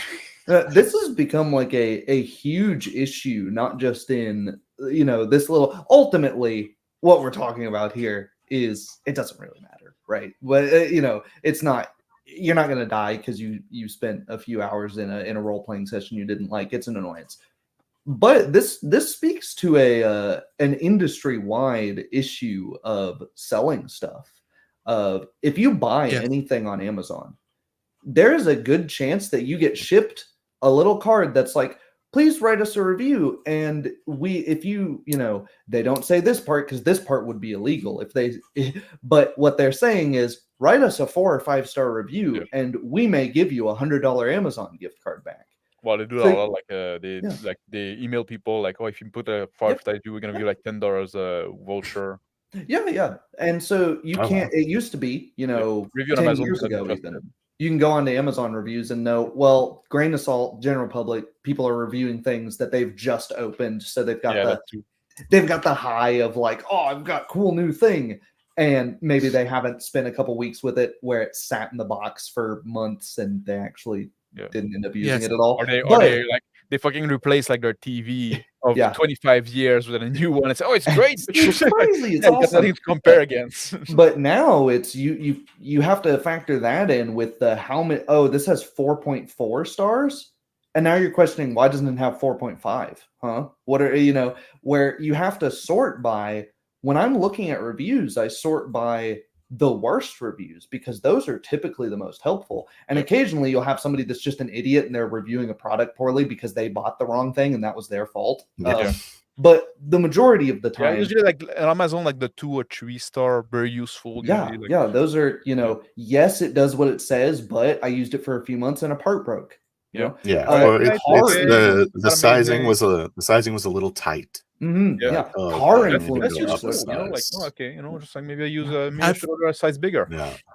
I've bought a bed and it had the holes drilled on the wrong side. I couldn't finish putting it together. Oh yeah, I know exactly. DIY. They're the literally impossible to use unless I do DIY on it. Like take the drill out. I'm doing this myself. And part of it is they put the frame together backwards and they're idiots. And it can be salespeople can be cutthroat too. People don't want to deal with customer service of having to return stuff, so they'll gaslight themselves into being like, oh, no, it wasn't that bad. It was pretty good, because you never want to feel like nobody ever wants to feel buyer's remorse, so they'll be like, no, people cope. I like this product. It's so I really do. Because it's so funny because it was from China. And I said, I'm going to spend $300 on a bed because I want it to be good when it arrives. And instead of the $80 one that I know that would have been so much better anyways. There you go. You got your 4D experience with the bed. Yeah, my God. Who's the Nick Fuentes of the RPG world? I don't know. If you find him, like, send him over. We can have a chat.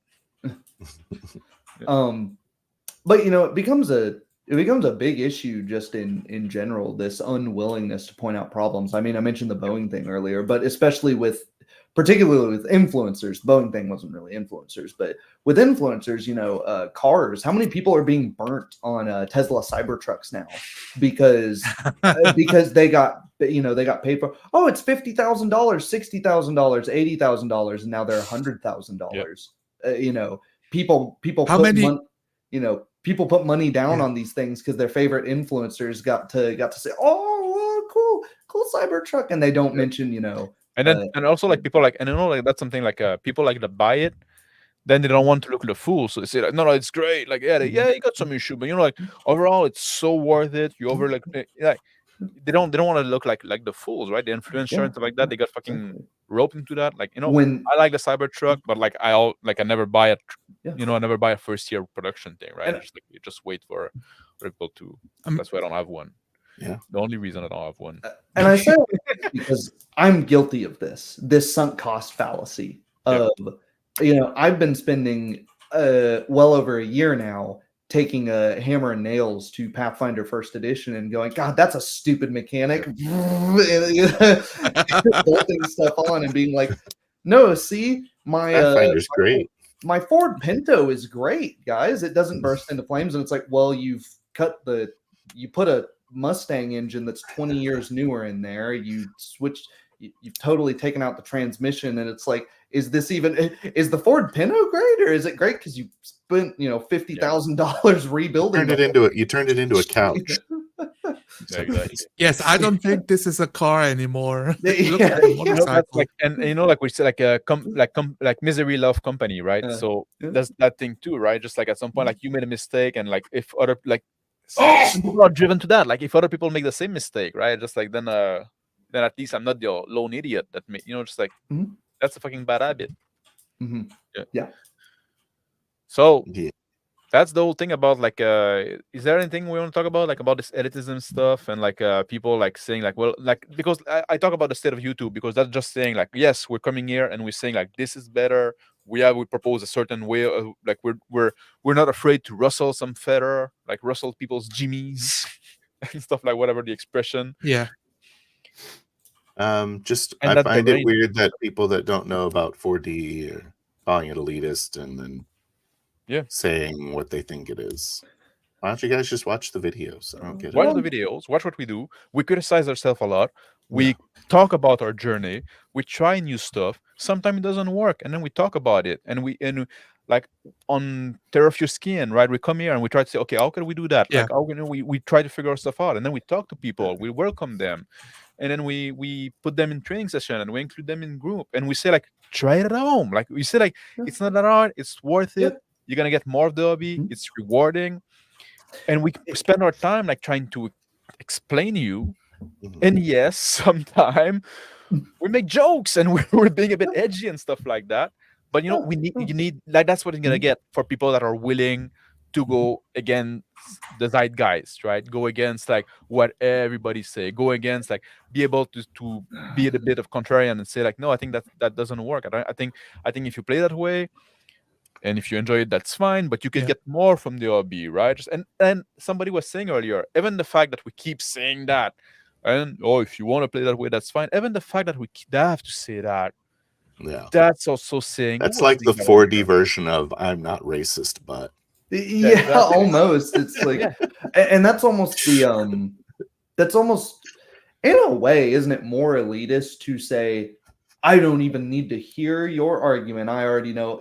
I've been doing what you guys are doing. I've made up my mind on your argument, so I don't have to listen to you. 4D cannot work for all game session. 4D no, we've put a few up there. Have you watched them? You don't, and you know what? If you don't want to watch a whole one, which is a fair argument, though I haven't seen it made.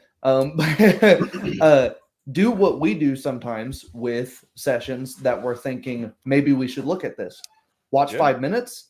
If nothing interesting is happening because it's like set up and whatever, skip 30 minutes, skip 15 minutes, skip 5 minutes, skip around and see if you can find a spot that is out of character. Or in another, the fun one, the vast majority is skip around and see if you can find a spot that's in character. Because it's usually really hard to accidentally end up on an in-character section in a standard stream. Yeah, I agree. That's what makes Sean's video so effective, because he knows what he's looking for. And joining a role-playing video, looking for role-playing, and all you find is rules, questions, jokes on the table, movie references. And then this is what's in the way of role-playing. Well, it's exactly car salesman. And I say that my fiance and I have been shopping for a car recently, And you will say exactly what 4D having these things is it's exactly for finding. I want a subcompact Japanese car, even more specific. I know that I want a Nissan Altima for whatever reason. God, the terrible car, but I want one. And then you go to a dealership and they go, why not a Chevy Equinox? And it's like, what the hell does that have to do with? And it's like, oh, and the salesman, because he's got something to push, is trying to tell you, oh no, well, it's got 4 wheels and an engine. It's basically the same. And it's like, well, let me sell you a dream of a car. Yeah. It's like, that's not. I know what I want. Why are you so obsessed? You call the dealership and say like, do you have like this car? And say, yeah, come here, we'll fix you up. And then like, no, I don't, but I have this one. Like, what the fuck? It's pretty much the same. It's like, what? I have the same with computers and computer stores. Yeah. I'm looking for a specific headset. Yeah. I don't want the other one. Yeah. It needs to do these 3 things. Can it do that? Yes or no? Yeah. And I won't get help because they don't know, because I spent 5 times the time to build my computer than they did. So and exactly, that's exactly it. It's the same problem of if you go to a dealership and start talking to the sales rep about, oh, I hear the CVT transmissions in those like to grenade at 100,000 miles, they will look at you like you're fucking crazy, but they will not admit to not knowing what a CVT is. And it's the same thing here. They'll look at you like you're crazy talking about the 4D, but they will maintain that they know what 4D is. Is it person. Is it CVT or CVT? I thought it was CVT. CVT, yeah, continuously variable. I thought you said CVT, yeah, continuously varying. Cognitive behavioral therapy. No, yeah, that's a different thing. CBT, yeah. CVT transmission is like continuously varying transmission. Sorry, it's also cognitive behavioral therapy, if you ask me. Yeah. Sorry, my Southern's coming out, and I'm. You still a B and the V the same, eh? Yeah. I don't have. I'm losing my minimal pairs. Yeah. Save AT. Yeah. But and that's the thing too, right? I'm a man with specific taste, you could say.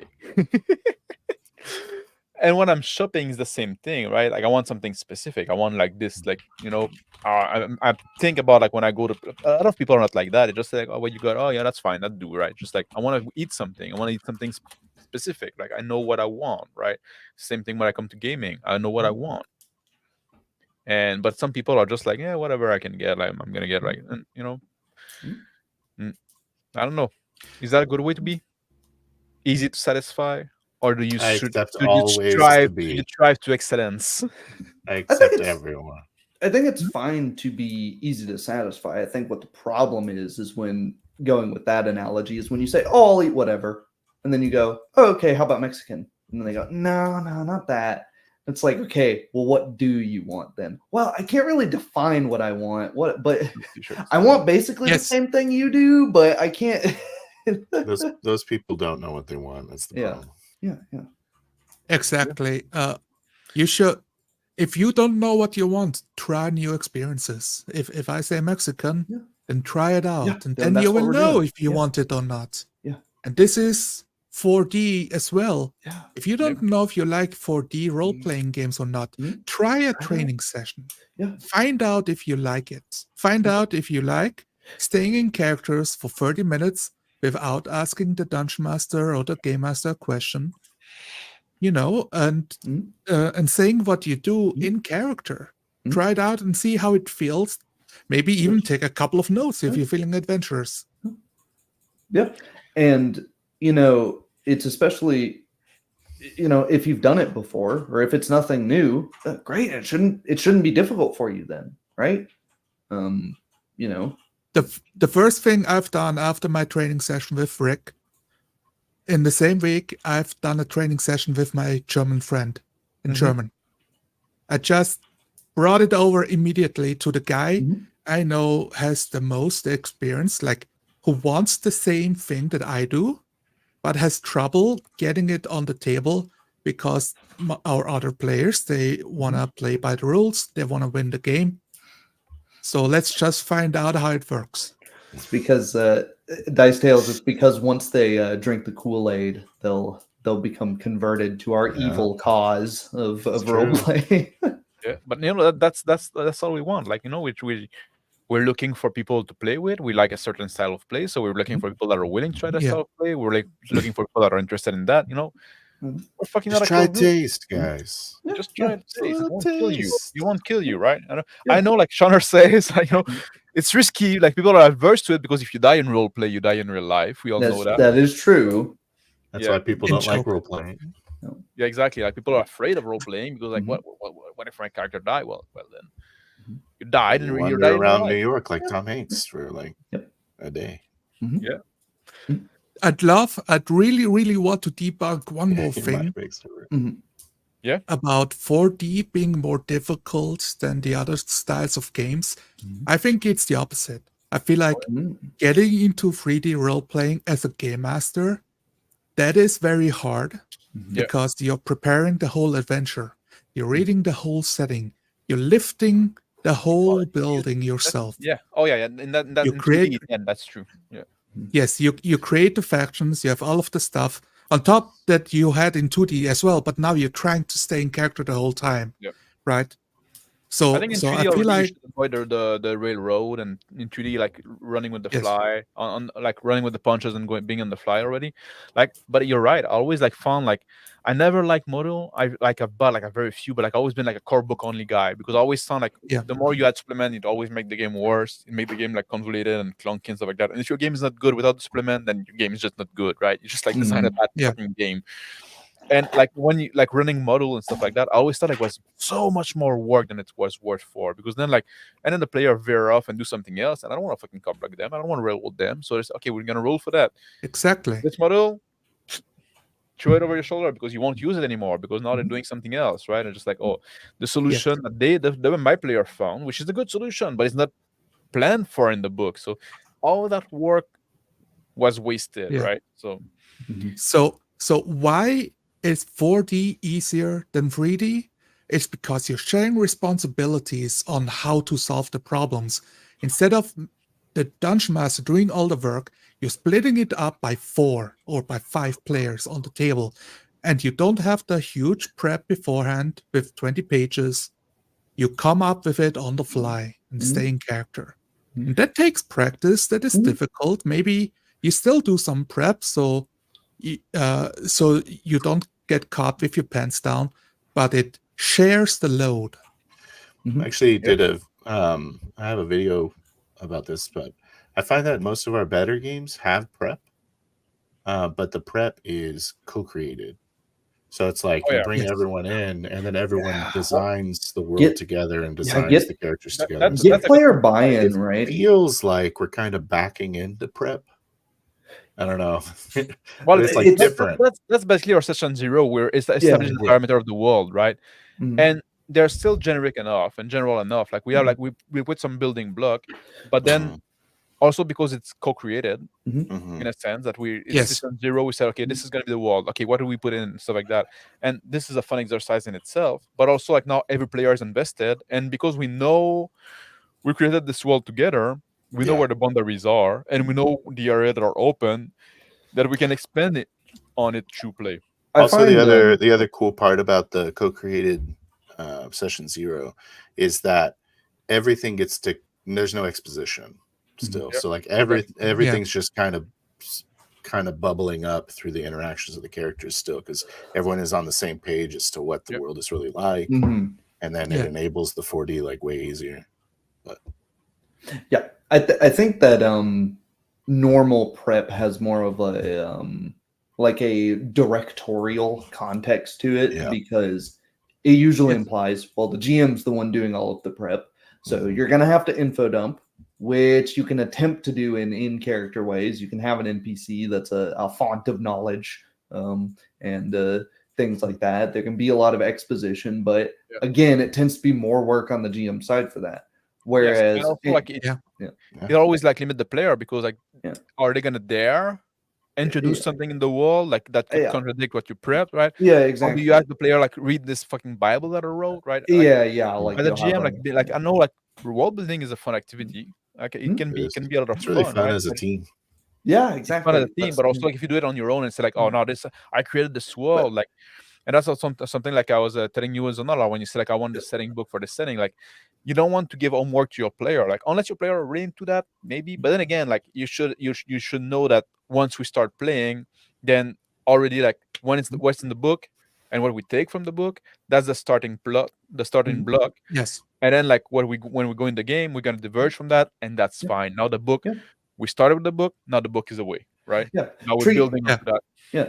And I like treating, when I'm running a predefined, pre-built session like, Faerun or Galarian or something like that. I like treating the setting book that you've got that was written by, maybe that's stuff that was written by an adventurer that, he Like thinks he unreliable saw that, narrator, right? like Yeah, unreliable- exactly. That's Yeah, what and we that know guy all believes. history all is fake that was- anyway, so just like there's Yeah. that too, right? Just like people Yeah. think that the history that you learn in school is like, oh no, that's Yeah.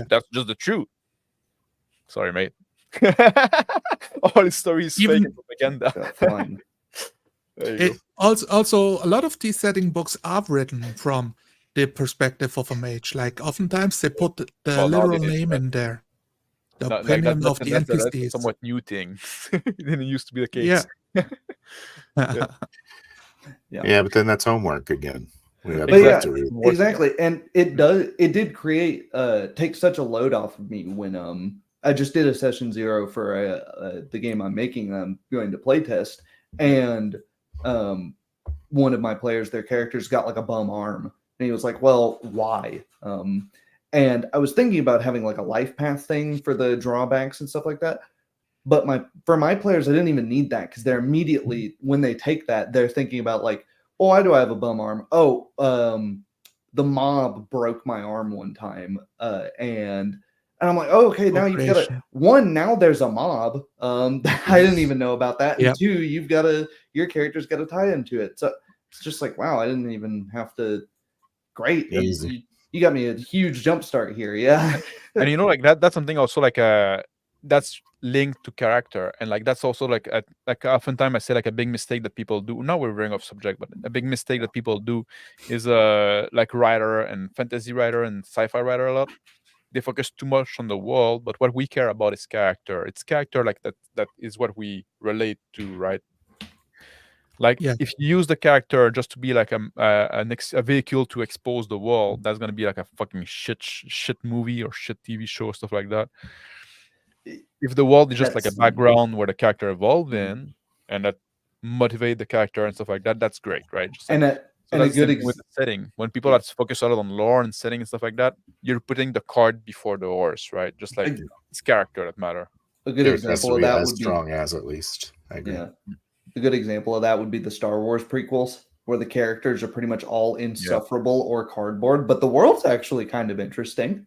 But that's not a movie you want to watch generally, just because the world's kind of interesting. Yeah. It's a Yeah. good comparison. I thought this would be like a short stream, but now like we're going on 2 hours. I don't have anywhere to go, but like maybe it's a good time to wrap up, unless you have this other thing that you want to add, and then I'm gonna do a little like sum up at the end, or then if you want to shield your channel, which you should, you all have channel Nah. that are put on stream on name. Anything you want to add Me? about being elitist and being I accused?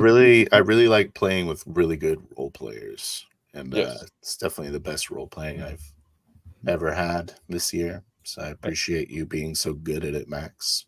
Well, thank you. Do you want to find like more good I role look player, forward to or do playing you want with to the keep 2 like of you guys too. do you want to keep it a closed group, or do you want to find like more good role player? Just Nah, like, I wanna. You got to look around. You got to taste different things. Yeah. Always changing. Zonalar, anything you want to add? Sometimes not changing. Yeah, I really like the distinction between role playing and gaming. Yeah. Because a lot of role playing games are just games. You play them at a table. And what really was a revelation to me with 4D role playing is now I know what I'm trying to achieve with role playing. Before I was gaming and I thought I was role playing, and that was why it was frustrating to me. Yeah. But now that I have a word for it, I can separate it. So if my friends ask me to role play with them, I know, I know they want to game, and I'm down for that too. But Yeah. now I can separate them. This is why it's important. Yeah, managing your expectation is important, right? Yes. And Yeah.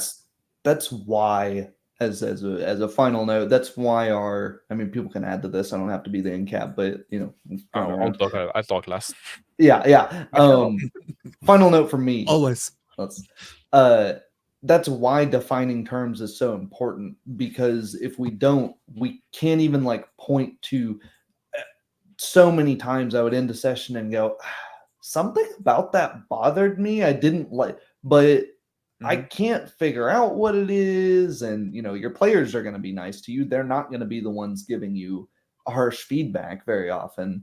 So it's like, and without the language, they won't even have the words to give the feedback in a correct way. So Yeah. we need to construct something in order to, have a starting point, have this feels too, like the pillars of role play were an attempt at that, but they were imperfect. And any model is going to be imperfect, but they give us a starting point where we can go, this is too gamey, this is too whatever for our taste.